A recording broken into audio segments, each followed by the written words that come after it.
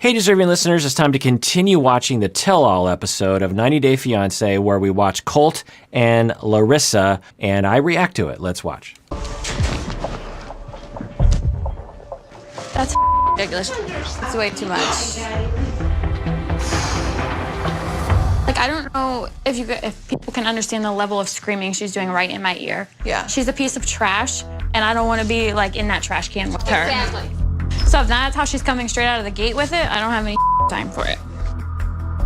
And I can't even understand why I did to her. Did you just scream me like that? I can't just hold that. Fernanda, she just... So we've seen two examples. One was Debbie was being targeted by Larissa, and now this woman is being targeted. I wonder how many other women in particular, or people, but we've seen two women, so maybe she tends to be triggered more by women and is more distorted in the way she sees women and more reactive to women in the situation. I wonder how many women would attest to, oh yeah, I've been that target. Who knows? Maybe Debbie and this woman are the only two women that Larissa has ever targeted with distorted hurt and anger. I don't know. And I don't even know if it's distorted because I haven't heard from Larissa and her side of the story. Just want you to shut up, okay? They come in late and they act like an ass. I just can't believe that we are in that situation. Like, we are there having a good conversation for hours. Yeah. And she's just like, who is she? Like, for do that stuff. She gets how mad are we quick. going to have conversation with them or be able to construct them? And I'm not going to walk on eggshells because she's got a loud-ass mouth. Please hit me. I can't wait to wave to you as they put you on the plane to deport your ass. Okay, so yeah, their cast members are, they don't like her. It's clear. Back, seriously. Yeah. Like, she doesn't scare me, but her loud-ass mouth is, like, stressing my brain. Like, And now I just don't feel comfortable, like, how close he is sitting to him because he's, like, getting mouthy. Do you ever see Taylor get upset? Is this a normal area? I've seen him get mad once like that. So I don't like that because it's like 0 to 360. Yeah, so in the last episode, we saw how at first I thought he was joking, but then I saw, oh, he's coming unglued. This is a scary situation. Big guy hitting himself. He seemed like he was about to rip someone's head off, literally. And so we're about to hear, and the wife, I believe, is saying, well, I've seen him get like that once before. So, you know, I wonder what sort of traumas for him are being triggered in that moment. I just want to be like patient, but I'm mad at Larissa. And not to play with the cops, Right. and not to make fun of Fernanda was anyone saying, that's let me just say supporting this. me. Let me just say this. Fernanda was saying that she really cared. That No, she doesn't thought care. you She were... doesn't message me. She doesn't message Colt. She didn't say that. Fernanda didn't care. And if you'll let me finish the two sentences I have to say. All Fernanda said was, how could you make a joke of this?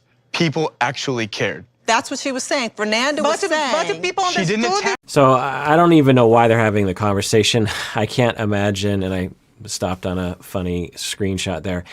I have a hard time imagining that Larissa is going to go, oh, okay, you know what, my bad, I'm sorry. But, you know, makes for good TV. But if I was there, I would be like, I'm not going to participate in this conversation. No one is here to actually do something constructive. Everyone's just trying to win. What's the point? So that's what I would do. But that's my style. Maybe your style is to get into it, you know. They understood me. They say, Larissa, I support you. You don't need to be in the bed crying. But you need to understand that the picture's so innocent. It was just me with the police car. They don't make it fun. I don't say that, nothing. The thing is, Fernanda made a thing about it. No, It she wasn't- didn't. Yes, she did. It She was made not a one thing. comment. The The way you attacked it, said you're bringing I all this don't attack success, him. we are jealous of you. We have no reason, not one Why? thing in this You world are, to be jealous because of you. if you are not, you have you nothing never you that care I would about ever me. be jealous And you of. care about I'm us. sorry, sweetheart. No one You cares care, about you. You care. I you do care, not. Jonathan. Trust you care me. about a coach. The tell-all. I mean, what are you going to do? It isn't a tell-all unless cast members who never met are screaming at each other. Why? You care how much followers he has. He lives at home with his mother. cares. I have my own house. Hey, I have my house own is car. so teeny. Is It's it? nothing. Is it? You live with It's his your mother. housing. Oh, house. Jonathan, Yeah. Larissa. Listen, I'm not going to stoop to your level. I don't care. You guys are irrelevant to me. Counting. Trust me. Okay, so I have no reason to be jealous of you. Okay, shut up.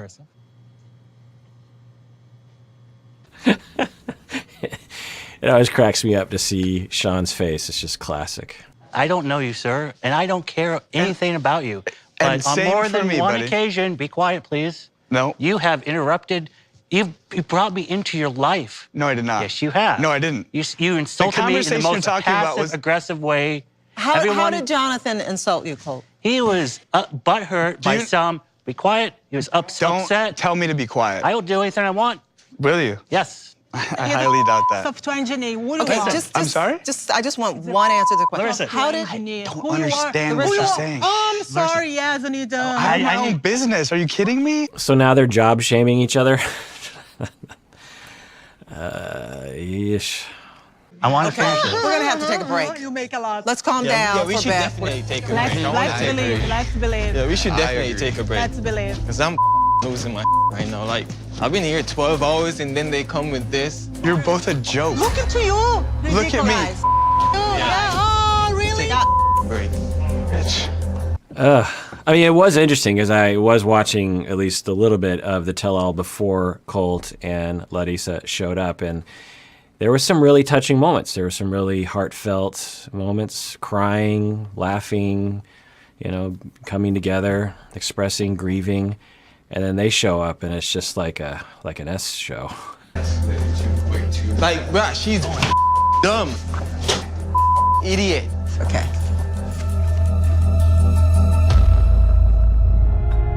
Colt is very arrogant for some reason. I know how to handle myself in public.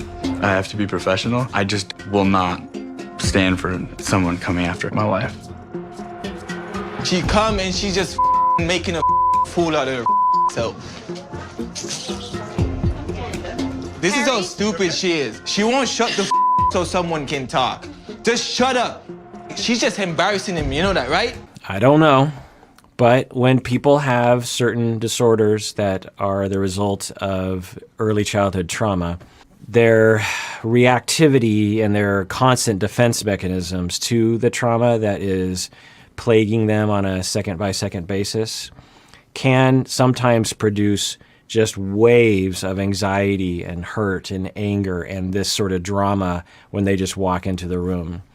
Some of you might know someone like this, or multiple people like this, or you might be like this, where they walk into the room. You know, you're having a dinner party, or you're having a family get together, or you're having a friend thing, and everything's calm and quiet, and everyone's getting along, and then all of a sudden, this other person enters the system, the emotional system, and everything gets thrown off, and there's all this chaos.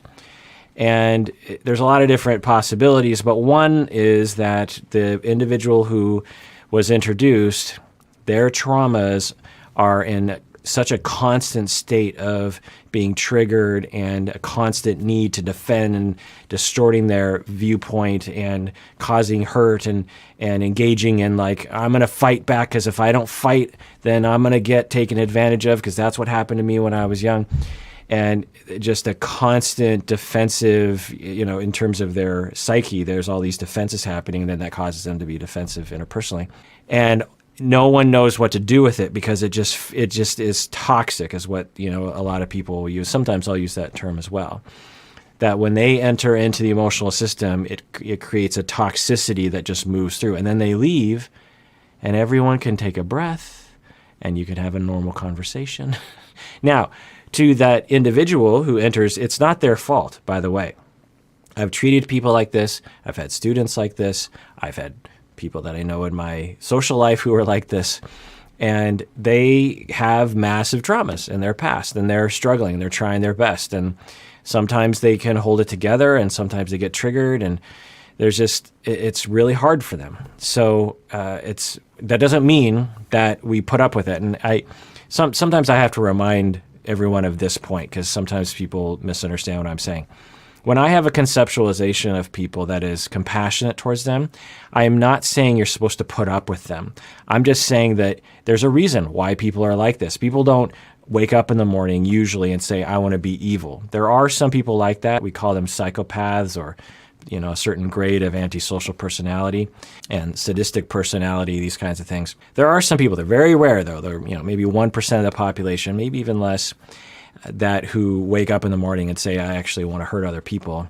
Everyone else who is like that is typically, it's a result of their trauma, and then they had to develop a personality to deal with that trauma, and then they brought that personality into adulthood and treated everyone as if they are a threat, even though the other people aren't a threat. So just because I have that compassionate conceptualization, that does not mean that you or I or anyone else is supposed to put up with people like this.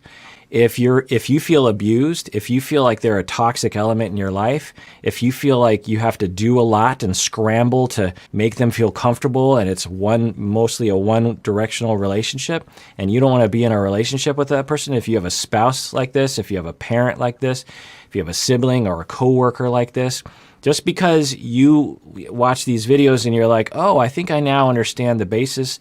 That person's been traumatized. That person who is toxic in my life, they've been more traumatized than me. I feel bad for them. Okay, that's good. That does not mean that you have to put up with them.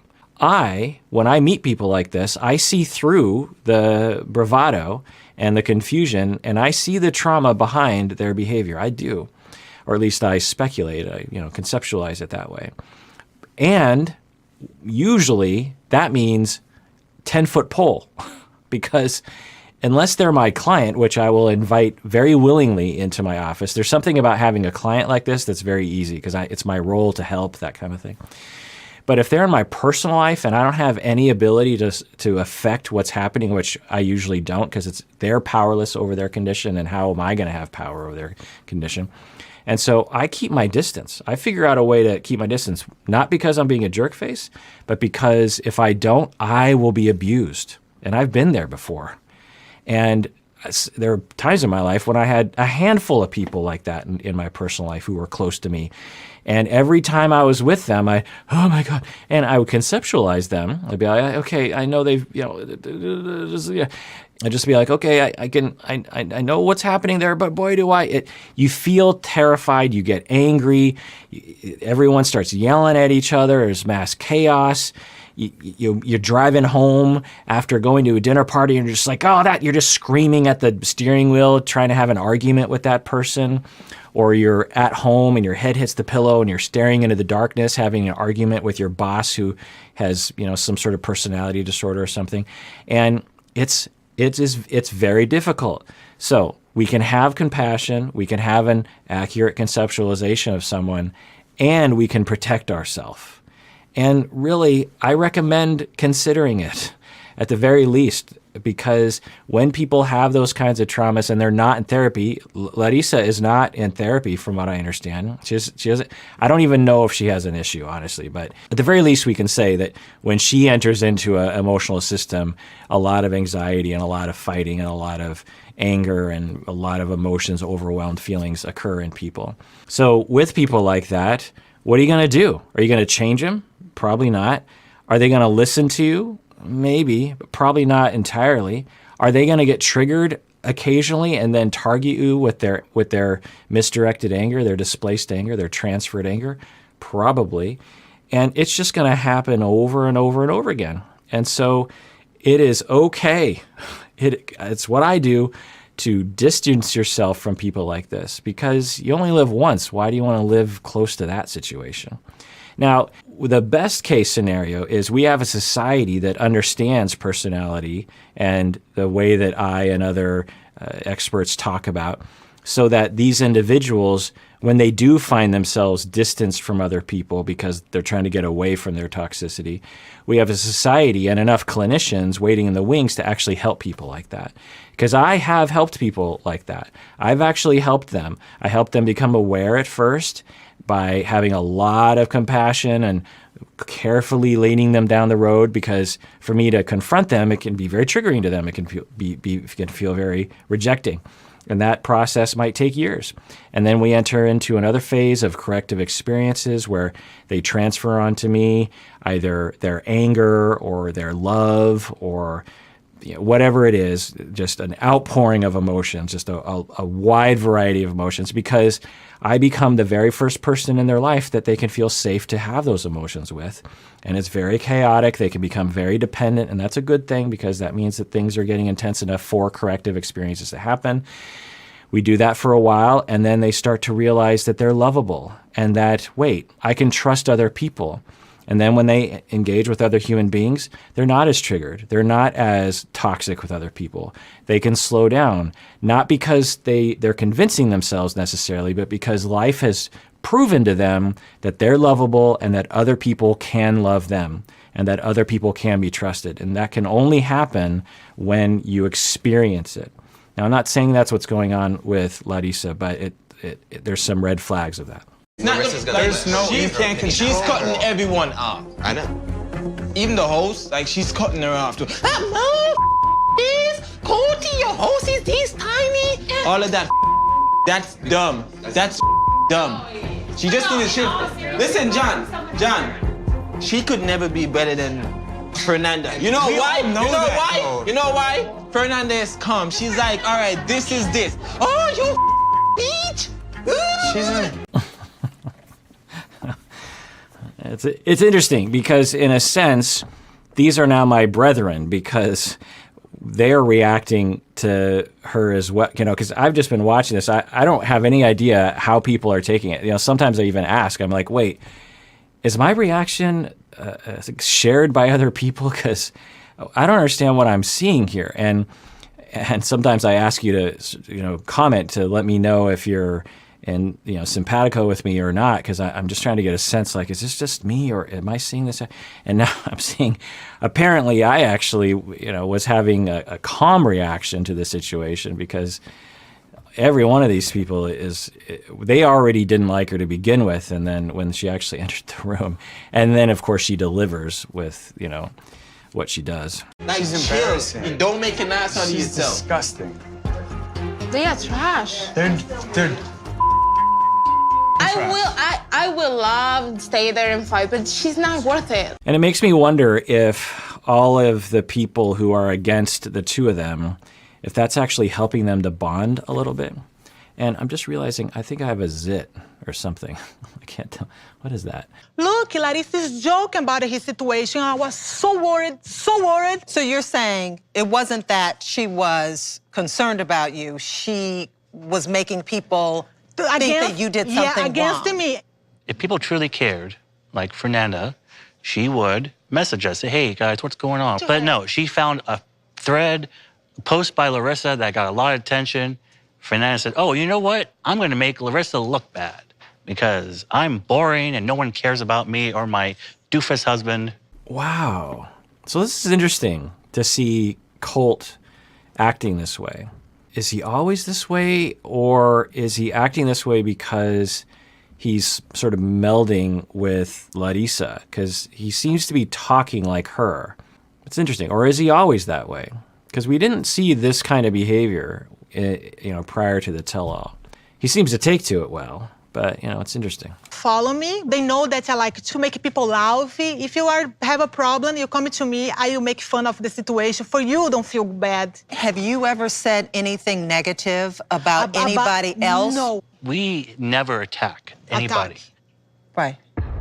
Yeah, I wonder if what they were going through on social media during this season, if it actually brought them closer together, because they definitely have a united front. I mean, ignoring the legitimacy of their anger and their, I don't know what you call it, superior attitude, if you will.